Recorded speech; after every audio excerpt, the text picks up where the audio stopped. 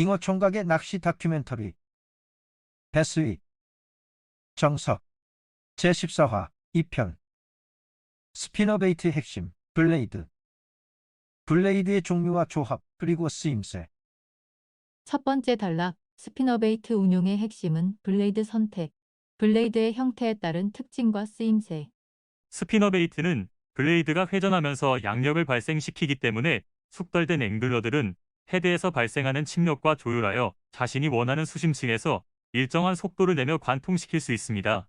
이때 스피너베이트가 강력한 점은 블레이드가 회전할 때 양력뿐만이 아니라 진동, 반사, 소리나는 세 가지 효과를 동시에 만들어낸다는 것입니다. 스피너베이트의 출발은 블레이드에서부터 비롯됩니다. 블레이드는 스피너베이트의 모든 것이라 할 만큼 중요하지요. 앵글러의 릴링으로 시작된 추력은 메인 블레이드를 회전시키고 이때 발생하는 진동은 와이어에 전달되어 최종적으로 헤드의 스커트에 전달됩니다. 블레이드의 진동으로 미세하게 흔들리는 수많은 스커트를 바라본 베스는 참을 수 없는 유혹에 빠지는 것이지요. 때문에 블레이드의 종류와 형태는 조과를 결정짓는 중요한 요소입니다. 블레이드는 판재의 모양과 두께, 그리고 판재의 굴곡, 도금 상태 등에 따라서 부력 및 시각, 청각, 진동이 각각 다르게 나타나기 때문에 그에 맞는 쓰임새가 정해져 있다고 볼 수 있습니다. 그 중에서도 가장 대중적으로 사용되는 블레이드 형태는 맨 좌측에 있는 윌로우 리프라는 형태인데, 이 블레이드의 특징은 버드나무 잎처럼 폭이 좁고 긴 형상이기 때문에 다른 형태의 블레이드에 비해 소용돌이를 발생시켜 떠오르는 양력의 힘이 작다는 것입니다.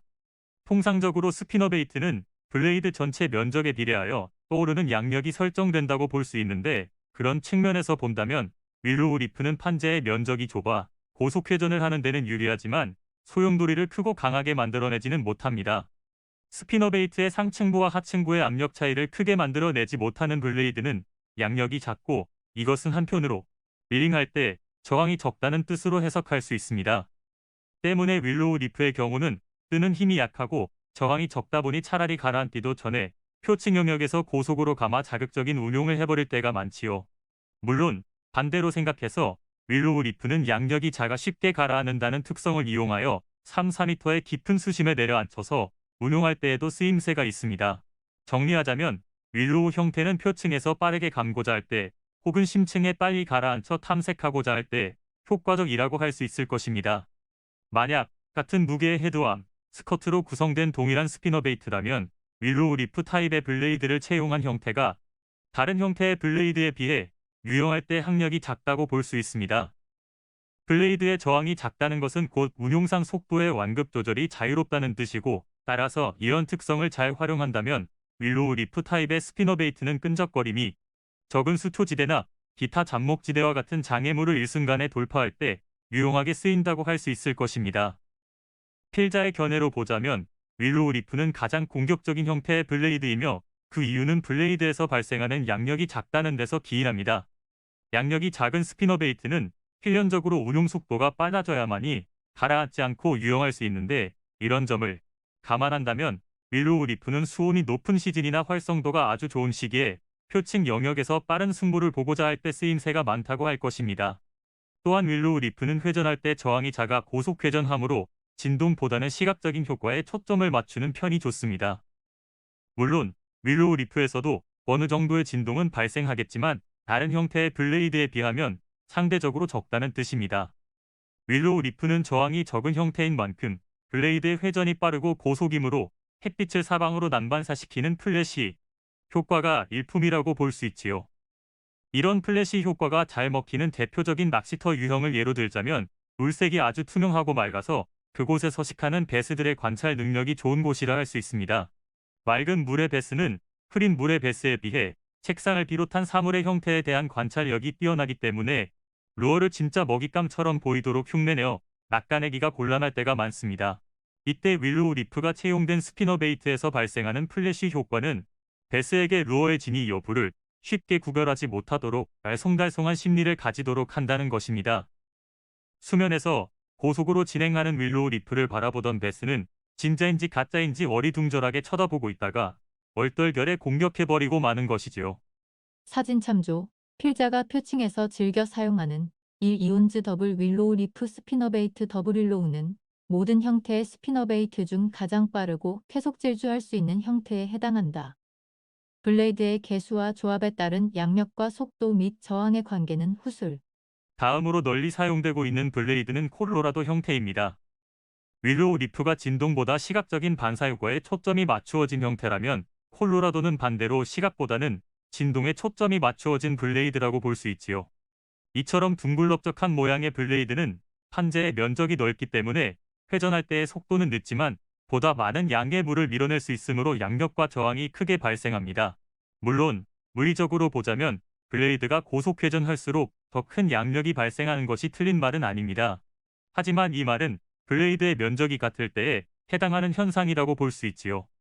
스피너베이트의 양력에 있어서 가장 중요한 것은 블레이드의 면적이라고 볼 수 있습니다. 회전 속도만 놓고 본다면 더욱 빠르게 회전하는 윌로우 리프의 통과 수심대가 더욱 얕게 형성될 것 같지만 실제로는 회전 속도가 늦더라도 콜로라도처럼 둥글넓적하게 면적이 큰 블레이드가 더욱 많은 양의 물을 휘저어 소용돌이를 크게 만들기 때문에 통과 수심층 또한 얕게 형성된다는 것입니다.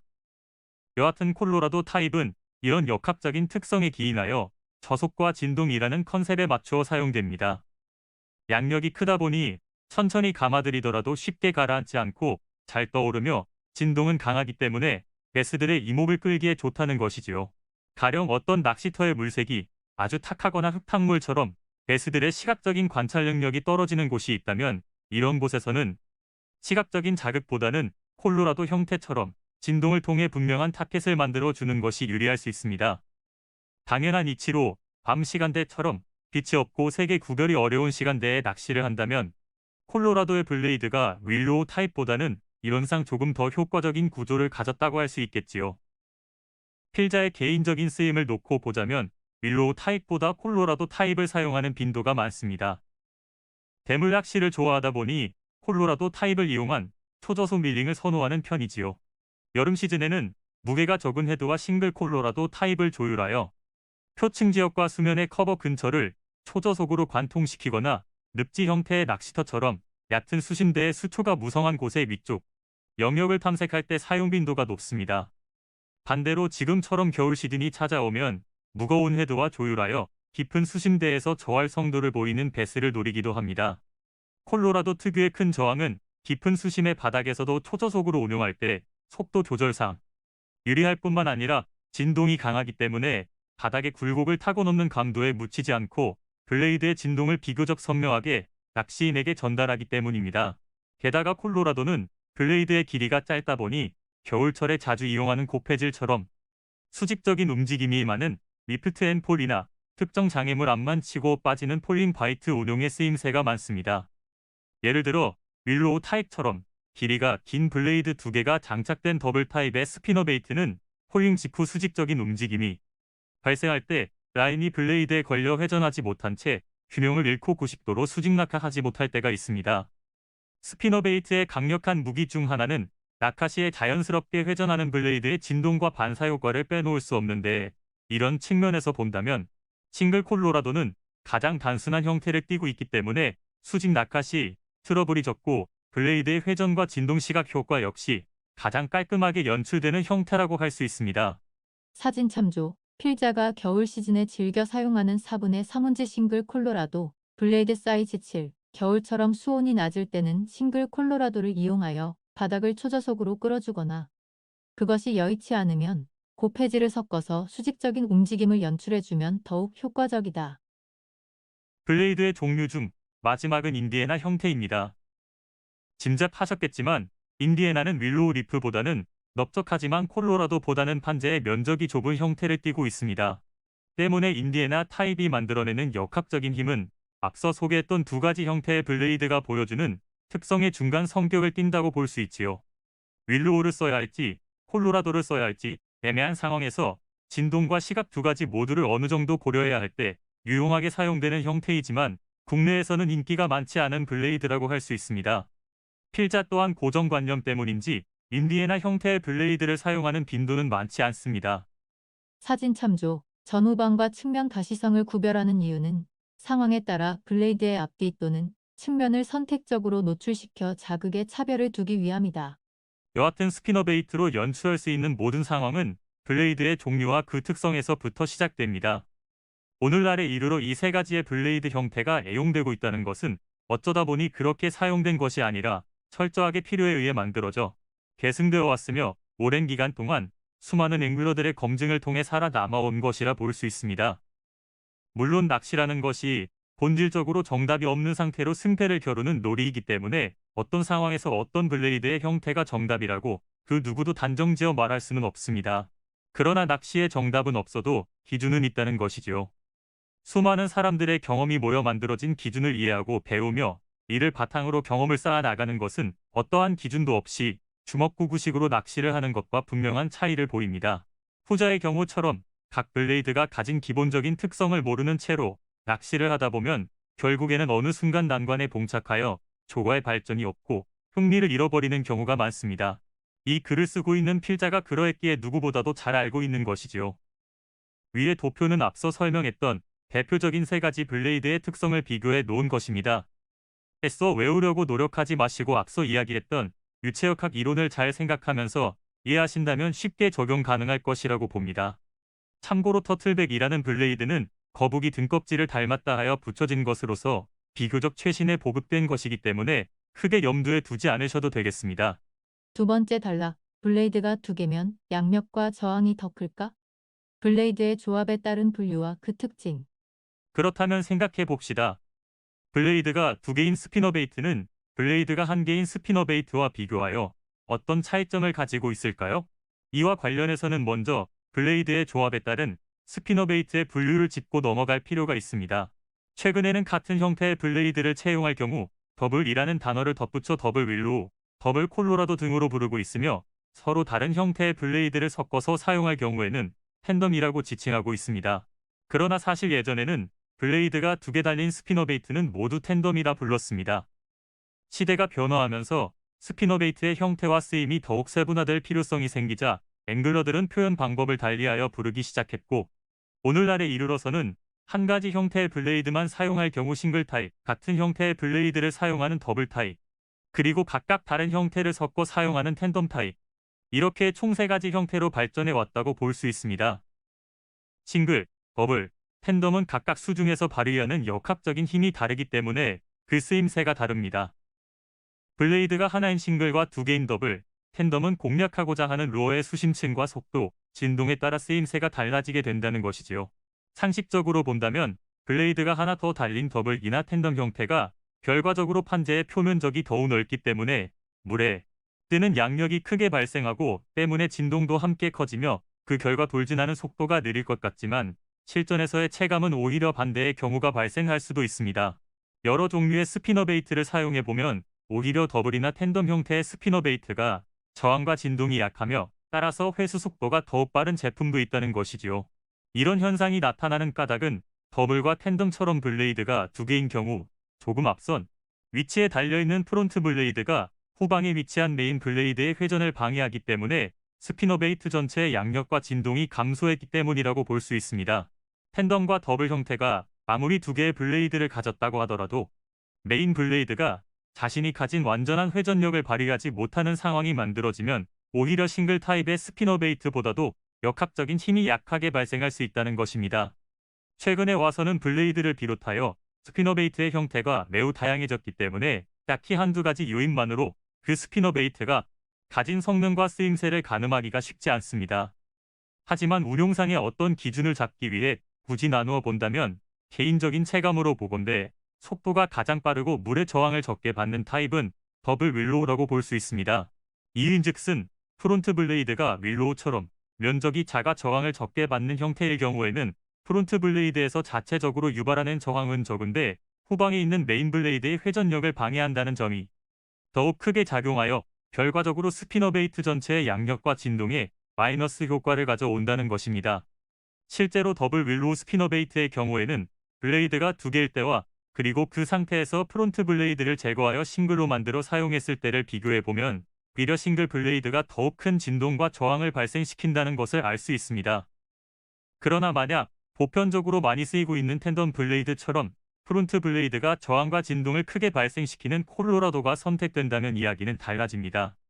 이 경우 프론트 블레이드가 후방에 위치한 메인 블레이드의 회전력을 방해하는 현상을 일으키기도 하지만 그와 동시에 프론트 블레이드 자체적으로도 발생하는 진동과 양력이 메인 블레이드를 방해하는 힘보다 상당히 큰 경우에는 결과적으로 스피너베이트 전체의 양력 진동, 저항 관계를 놓고 보았을 때 오히려 플러스 효과가 발생할 수도 있다는 것입니다. 결국 텐덤 형태의 스피너베이트는 프론트 블레이드의 종류에 따라서 양력과 진동이 싱글 타입에 비해 더욱 강해지기도 하고 또 그 반대의 상황이 만들어질 수도 있다는 것에 유념해야 한다는 것이지요. 스피너베이트는 딱히 어떤 형태가 어떤 쓰임에 고정되어 있다고 말할 수는 없습니다. 블레이드를 어떻게 조합하는가에 따라서 수많은 결과가 발생하므로 사용자는 단지 가장 기본이 될 만한 조합의 쓰임새를 알고 기준을 잡는 정도만 숙지하고 있다가 현장에서 조율하고 응용해 나가야 할 것입니다. 사진 참조. 일반적인 시각에서 본다면 더블 윌로우는 고속 운용, 텐덤은 중속 운용, 싱글 콜로라도는 저속 운용의 쓰임새가 많다고 볼 수 있다.